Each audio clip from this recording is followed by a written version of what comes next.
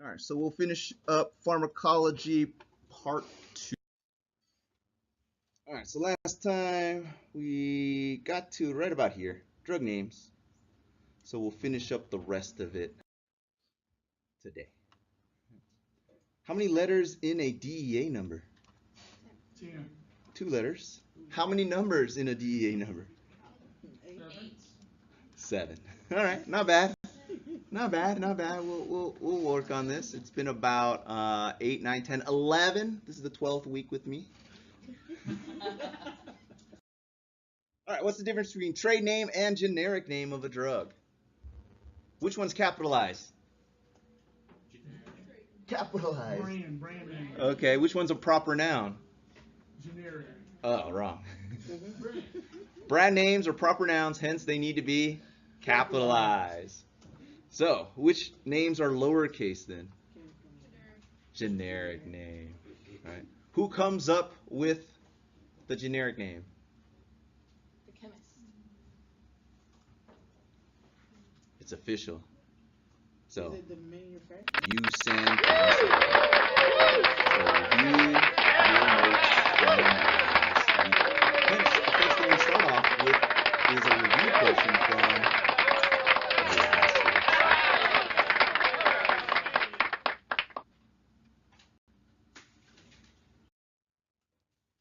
Package insert, that little piece of paper that's folded up and accompanying every drug will have all of the clinical data on it. So everything you need to know about a drug is in the package insert. But if you ever lose it, a collection of package insert is the physician's desk reference. So if you ever lose that piece of paper, just go to the PDR. And by law, every medical office needs a PDR. USP. It's like an encyclopedia, but it's for drugs. So it lists all the known drug compounds, their uses, and their basic information, similar to package insert. Another company that was doing the same thing was the National Formulary. So what's a formulary? List of drugs. Yeah, list of drugs. In this case, the list of drugs in the United States that we use. So they kind of combine, and now they're USPNF.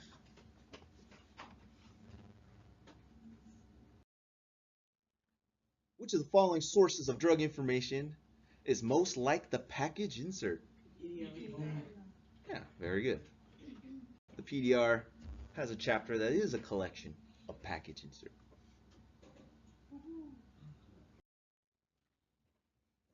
(1970), very pivotal year.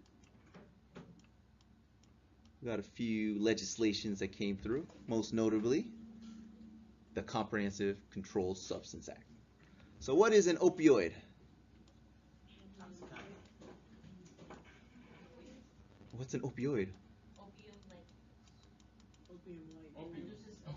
Yeah, very good. So opiate is naturally occurring from the poppy plant.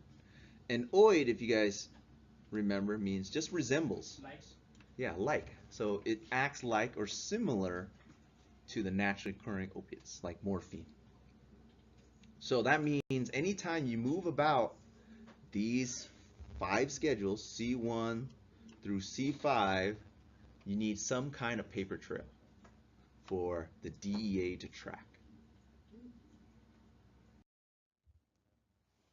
So the first thing is, who can prescribe these medications? So the doctor needs to register with the DEA.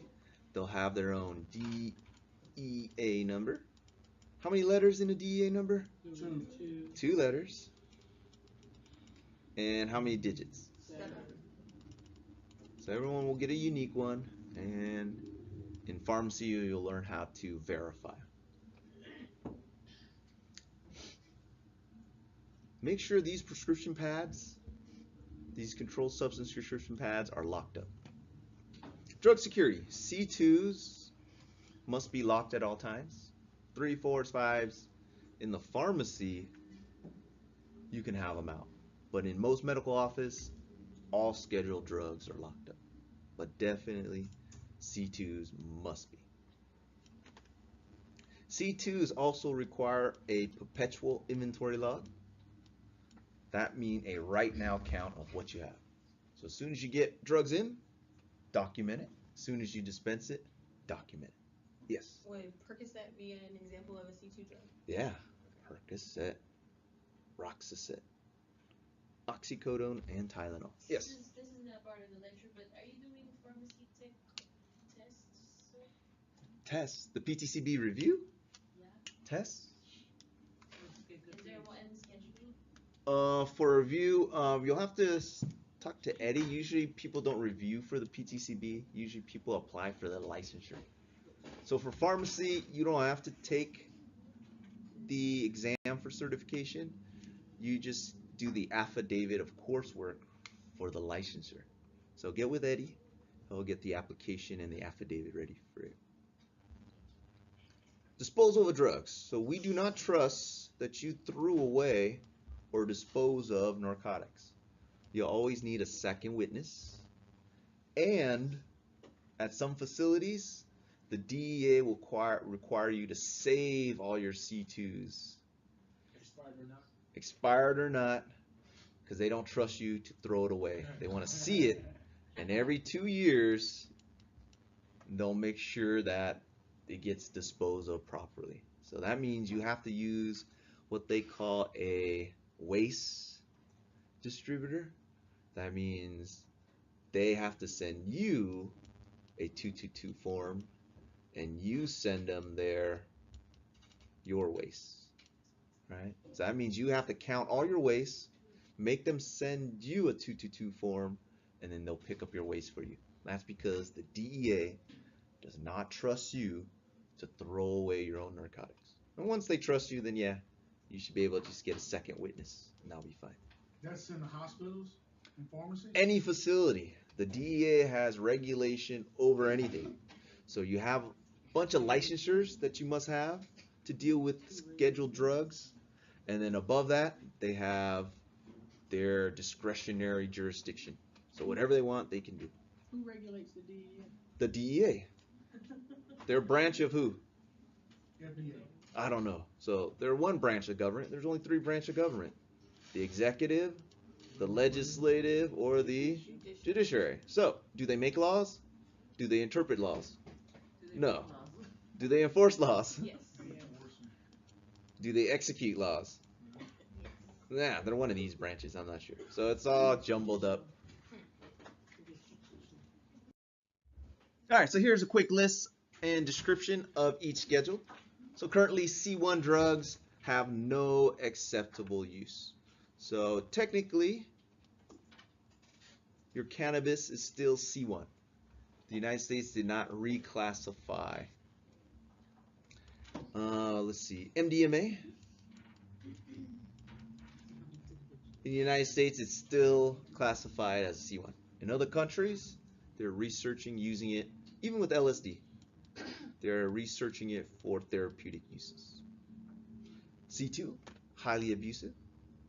So what's the difference between addiction and dependence? Dependence, you need it, and addiction, you want it. I mean, they almost go hand in hand because you're depending on it for the highs, but you're addicted to it because of it. So addiction, what's addiction? Is it physical or mental? Mental. So addiction is all psychological. You continue to smoke even though you know it's bad for you, but I just like it, right? So that's why it's hard to quit smoking. Dependence is physical or mental. Both. Dependence is physical. So when you quit smoking, your brain makes more receptors for nicotine. So that's your physical dependence. And for certain drugs, if you don't get your substance, what kind of symptoms do you get? Withdrawal symptoms. Which drug can you die from withdrawal symptoms? Alcohol, right? Alcohol is a depressant. It's depressing all of those neurotransmitters, all those firing of electrons in your brain. And once you don't have alcohol, what's going to happen to all that electrical firing? It's going to go crazy, give you seizures, convulsions, DED.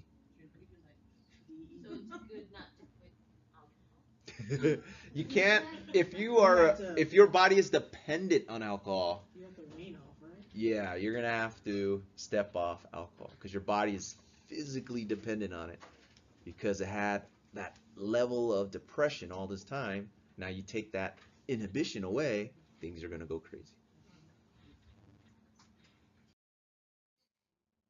What does the Controlled Substance Act regulate? Controlled substances? Yeah, this is redundant. So, of course, controlled substances, but who can dispense them? Right? Who can lock them up? If you can dispose them, right? Get your second witness, or you have to use a reverse distributor. Your perpetual inventory log for C2s. For C3, 4s, and 5s, you just have to be plus or minus 10%.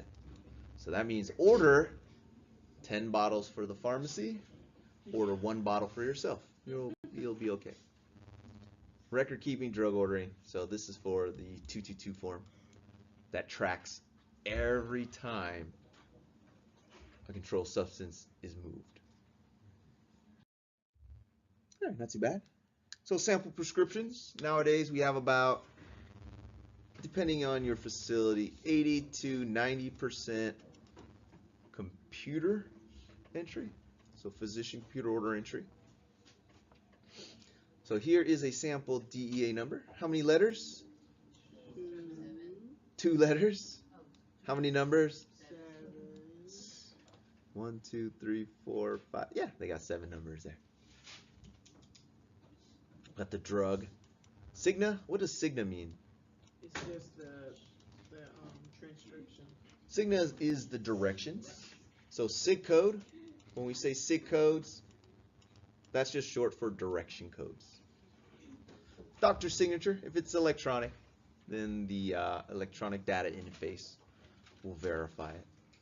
We got the subscription. So this is mainly for the pharmacy staff, not necessarily the patient. And then we got the patient info.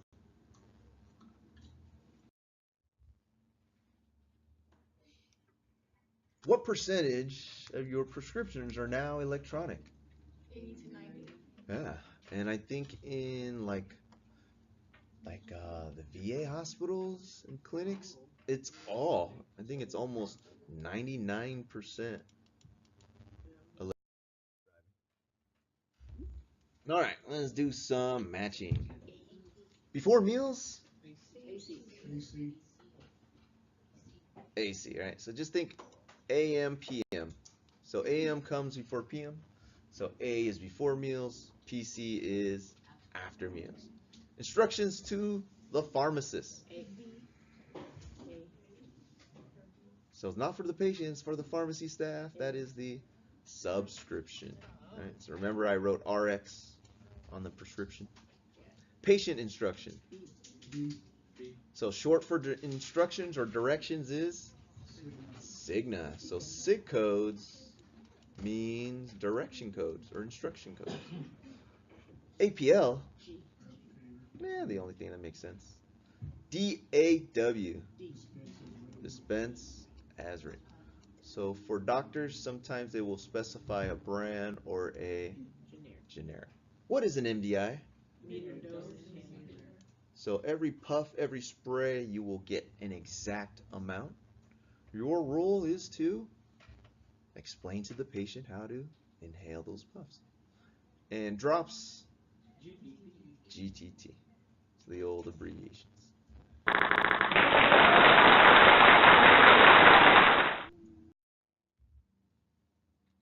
Non-pharmacological pain management. So, question, is pain real? Yes. Okay, anybody who ever had an epidural? Did your pain go away? No. So, is it real if I can make it go away? Yes. So, it's all in your brain. Right? It's the perception of these electrical and chemical signals in your brain.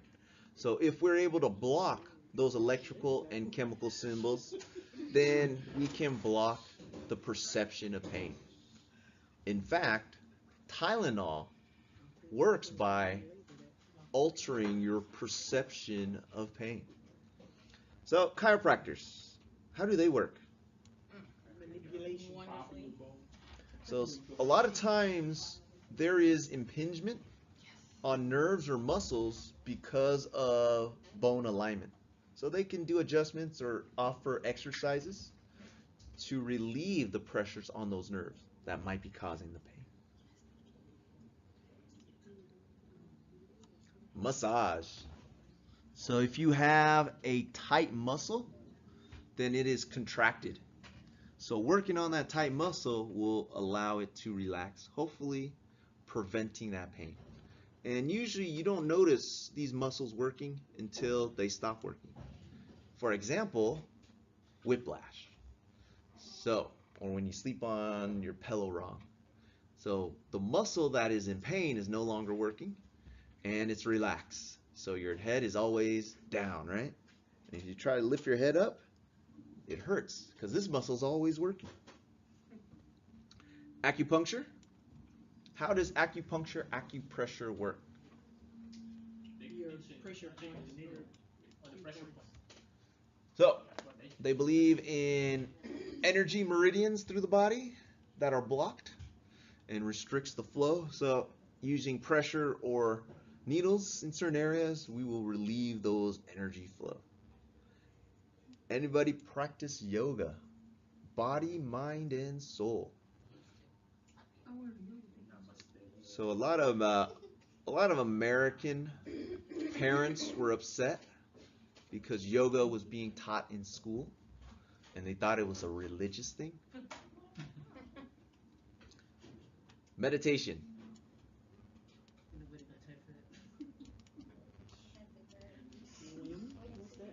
Have you guys ever heard of the Wim Hof method, aka the Iceman?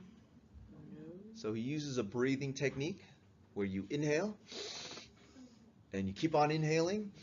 You let a little bit of air out, keep on inhaling. What you're doing is you're increasing your oxygen saturation. And he is able to increase his oxygen above what theoretically they thought was possible. So they thought 100% was possible. He was able to get higher than that. What's that? Who is this? Wim Hof, some German dude, and called the Iceman because what he does is he climbs Mount Everest in shorts because he acclimated to the cold. And he uses cold therapy. So you got to exercise hard, but you got to take cold showers to get those shock proteins to work.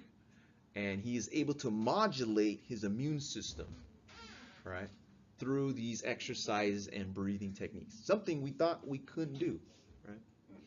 So a lot of things can happen. Anybody been hypnotized? Anybody believe in hypnosis? Okay, it works. You know why? Because half of you guys are staring at a screen right now. If 50 years ago I told the whole entire world that in the year 2018 there's going to be this thing that grabs everyone's attention, everyone will have it, 24/7, 365, they will be glued to it and they'll be zombified. Would you believe me? Nowadays, look in a car, all 4 people are on the phone, even the driver. At a restaurant, all 4 people are on the phone. They're not even talking to each other. Look in classroom. 2, 3, 4, 5 people are on the phone, right? So if you told me that there's this thing that sucked away your energy, you wouldn't believe me. But guess what? We all have it. Just like a movie mall. We're all sitting down, watching movies. Glucosamine and chondroitin. That's the stuff that they drink or take for the cushion for the joint. So this is a protein. It's like a jelly-like protein, gelatinous. And it's a supplement because your joints have no blood supply. So they heal very, very slowly. So if I increase the nutrients that they need, maybe it will help me with my joints and arthritis. Anybody wear those bracelets? I think that company got sued. Wow. The ionic bracelet or the magnetic bracelet. So that is all placebo, all psychological. So Wim Hof has uncovered biofeedback. So biofeedback is to control things that are normally not under your control, like these guys. Can you control your smooth muscle? Thanksgiving dinner. Hurry up, man, I want more. Can you tell your bowels to evacuate? Can you control it?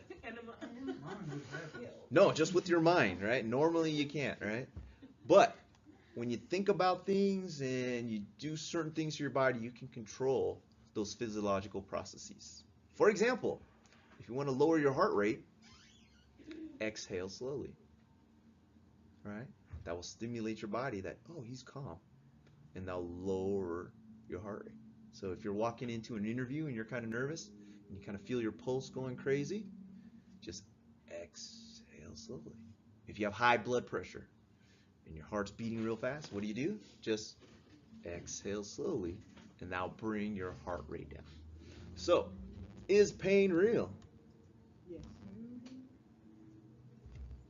I mean, Yes or not? But you can manage it. You can control it. Why do patients consider complementary and alternative medicines? They don't want to be on pills for the rest of their life. No pills, yeah. They don't like Western medicine. You don't want to affect it. the medicine that they're taking isn't working. Yeah, they're out of options. So a lot of times cancer patients, they'll seek alternative therapies. Last resort. Costs, exactly.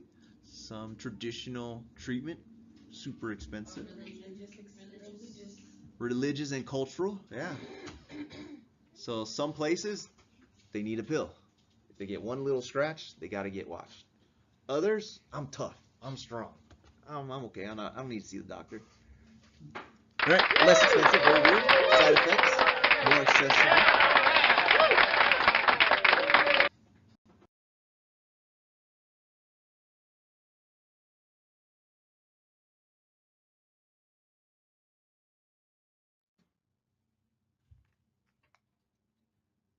Quickly talk about the immune system. So vaccines, so antibodies are proteins, and all they do is mark bad stuff. So here's a virus, and antibodies are usually indicated as a Y shape. So if these bacteria are detected by the antibodies, and every antibody is specific for the type of antigen. So every antibody is different. But you don't make these antibodies until you've been exposed. And most of the time you're exposed when you get sick. However, if we can control the exposure and not get you sick, then you will benefit from the memory via antibodies. So that's what we do with vaccines. We introduce the pathogen into your body, or part of the pathogen, without getting you sick. That way your body remembers how to fight it off by making these little markers called antibodies. Now for babies who are exposed to hepatitis, the vaccine won't work because it takes too long. It takes about at least 2 weeks for it to start working. So we can give them their antibodies. So we just get it from a bottle, reconstitute it, inject it into the baby, and the baby will not get hepatitis B. Anti-serum and antitoxin. So, anybody been bit by a venomous snake or spider and needed some anti-serum? I got bit by a brown recluse. That stuff is nasty. But what they wound up doing was they just cut it out. They cut the whole core out. Okay, so what the recluse injects into you is proteins. Spider, brown recluse. So the enzyme that they make, the protein enzymes that they inject in you, the venom, are just digestive enzyme. That causes necrosis. So normally your body wants to stay alive, wants to heal itself, but this enzyme causes death of your tissue, and it just radiates, and that's why those bites are so damaging, because of those enzymes. So how do they make the anti-serum, anti-venom? Through the venom itself. So what they do is they inject it into an animal that's big enough that doesn't die. So maybe a horse or a cow, right? So like a rattlesnake bites a little dog, 20 pounds, it's gonna die. It's not big enough. But if a rattlesnake bites a horse, its body's so big, dissolves out the venom, that its own immune system is able to now block the serum. So once the horse is recovered, we take it out of their blood, put it in little vials, and each little vial is about $5,000. That guy, he had a $1 million. $1 million treatment? Yeah. Yeah. So there is this snake that causes paralysis in the rainforest of Southeast Asia. People are so poor, they would stay paralyzed for 10 days rather than get the antivenom. Because the antivenom is like $20,000. But if they just lay in the hospital for 10 days, they'll be fine. And then the venom will wear off. Take my leg. Tetanus. You guys heard of tetanus? So the tetanus bacterium produces a toxin. So when we give you the vaccine, we're actually giving you a toxoid, something to stimulate your body to fight against the toxin of tetanus. So how come if you step on a rusty nail or something, you have to get a tetanus shot? Oh, that's where a lot of the bacteria tends to be. So as a precaution, they'll give you a tetanus shot just in case there was some bacterium there.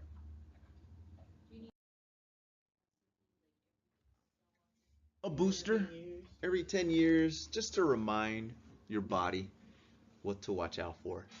And that's the one that is painful for 3 days. So in your deltoid, that's the one that's sore for 3 to 4 days. Why are vaccines given to patients? To Create prevent a infection. So increase immunity and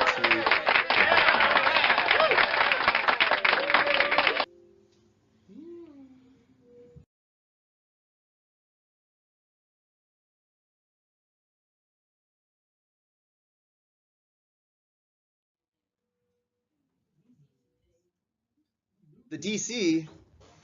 All right, so Fried's rule. Is that the DC today? Fried's rule. Age in months over 150 times the adult dose. Round to the nearest milligram. without putting the MG.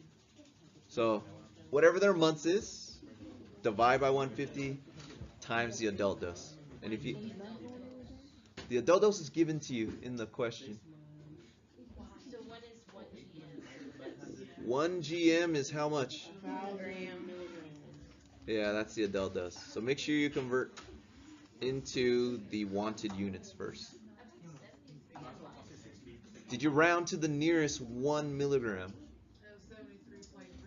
So it's just 73. Okay, let me check yours then. See, we'll check yours. All right, you guys can take a break or head over to lab. Today we're doing 2 Z tracks into the vastus lateralis.